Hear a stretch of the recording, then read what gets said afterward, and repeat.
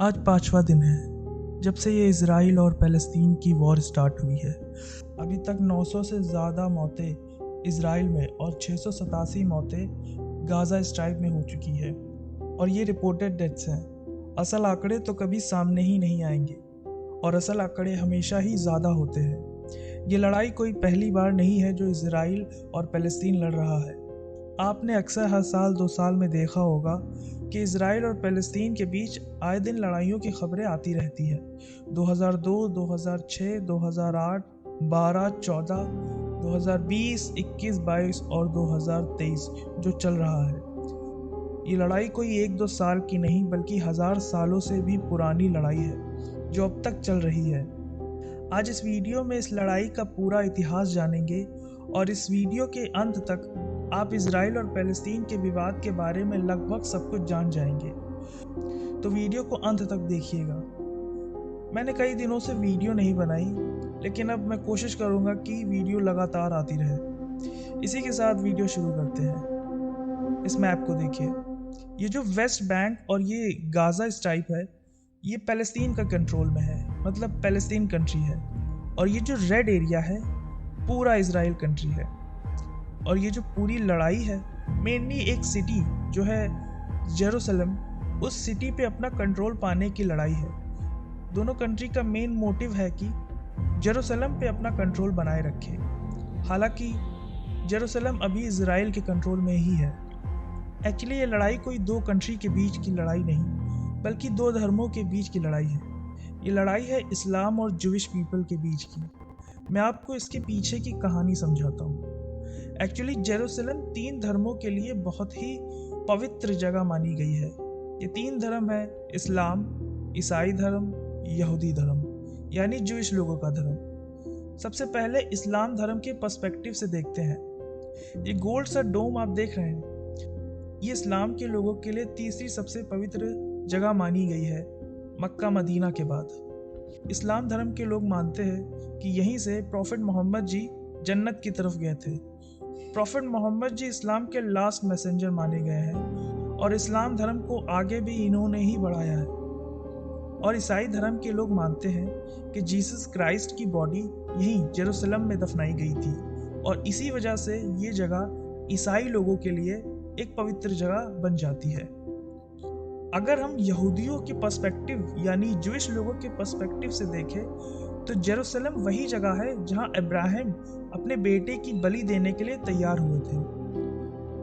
Hebrew Bible, जो कि Jewish लोगों के लिए रिलीजियस बुक है, उसमें लिखा है कि गॉड इब्राहिम की श्रद्धा यानी उसकी फेथ टेस्ट करने के लिए इब्राहिम से उसके बेटे की बलि देने के लिए कहते हैं, जिसके बाद इब्राहिम तैयार हो जाते हैं और वो अपने बेटे को माउंट मोरिया पे ले जाते हैं। लेकिन बलि देने से पहले ही एक एंजल, जैसा कि बाइबल में लिखा है, माउंट मोरिया में आते हैं और एक पेड़ से बंधी हुई बकरी की तरफ इशारा करते हैं, जिसके बाद इब्राहिम अपने बेटे आइसैक की बलि देने से बच जाते हैं। तो इस बात से पता लगता है कि जूइश लोगों के लिए माउंट मोरिया एक बहुत ही पवित्र स्थल है, एक होली प्लेस है। माउंट मोरिया का निर्माण 950 बीसी में किंग सोलेमन ने करवाया था, लेकिन रोमन एम्पायर ने माउंट मोरिया को कॉन्कर कर दिया था, गिरा दिया था साल 70 एडी में, जिसके बाद साल 680 से लेके 700 एडी तक डॉक ऑफ द रॉक जो कि ये है और अल अस्का मॉस्क जो कि ये है, इनका निर्माण कराया गया इस्लामिक राजाओं के द्वारा, धर्म गुरुओं के द्वारा। और यहीं से लड़ाई की शुरुआत होती है। जूइश पीपल का मानना है कि डॉक ऑफ द रॉक जो ये है, ये माउंट मोरिया के ऊपर बना है, उनके holy of the holiest place के ऊपर बना है, जिसकी वजह से Jewish people Dome of the Rock वो अपने पैर इस होली प्लेस के ऊपर नहीं रखते हैं। ये जो दीवार देख रहे हैं आप, ये वेस्टर्न वॉल है। जूइश मानते हैं कि ये वॉल माउंट मोरिया से कनेक्टेड वॉल है, जो कि डॉक ऑफ द रॉक यानी इस जगह के नीचे है। इसी वजह से जूइश पीपल इस वॉल के सामने आकर अपनी प्रार्थनाएं करते हैं, अपने भगवान से प्रेयर करते हैं और अल अस्का मॉस्क और इस जगह पे आके इस्लाम धर्म के लोग अपनी प्रार्थनाएं करते हैं।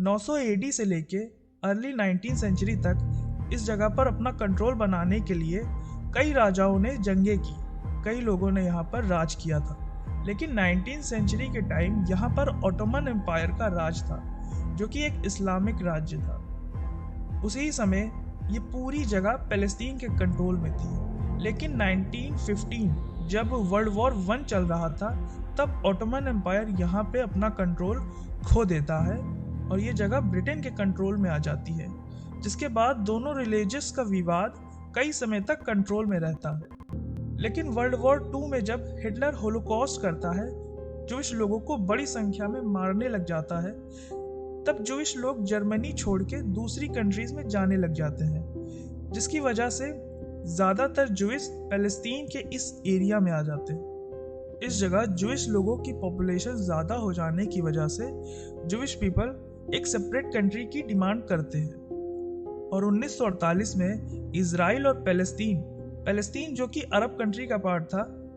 इस जगह को 2 पार्ट में डिवाइड करते हैं और जेरूसलम का भी डिवीजन 2 पार्ट में कर देते हैं। 1993 इजराइल और पैलेस्तीन के बीच एक समझौता साइन होता है, Oslo Accords peace treaty sign होती है ताकि शांति बनी रहे। इजराइल के पीएम इत्ज़ाक रेबिन का असैसिनेशन कर दिया जाता है इजराइल में ही, इसी पीस ट्रीटी की वजह से, और उसी समय पैलेस्तीन की नेशनल पार्टी PLO के खिलाफ हमास संगठन बनाया जाता है, जिसका मेन मोटिव ही था जेरूसलम और इजराइल पर पूरा कंट्रोल लेने का।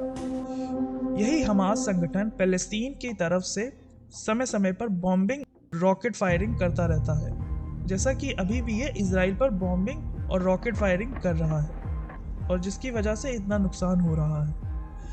इस तरह की लड़ाई में दोनों धर्म के लोगों को पीस बनाए रखने की कोशिश करनी चाहिए, वरना इसका अंजाम तो दिख ही गया है। 5 दिन के अंदर 1500 से भी ज़्यादा लोग मर चुके हैं और न जाने कितने लोग घायल हुए हैं, कितने बच्चे बेघर हुए हैं, और इन सब के एंड में क्या ही मिलेगा, फिर लड़ाई होगी। तो अच्छा यही है कि पैलेस्तीन और इजराइल पीस बनाए रखे। लेकिन आप अपनी राय ज़रूर रखें कमेंट्स में कि कौन सही है और कौन गलत, क्या करना चाहिए इजराइल और पैलेस्तीन को इस मामले में। इसके साथ हम मिलेंगे अपनी नेक्स्ट वीडियो में किसी नए टॉपिक के साथ। So that's all for today. धन्यवाद।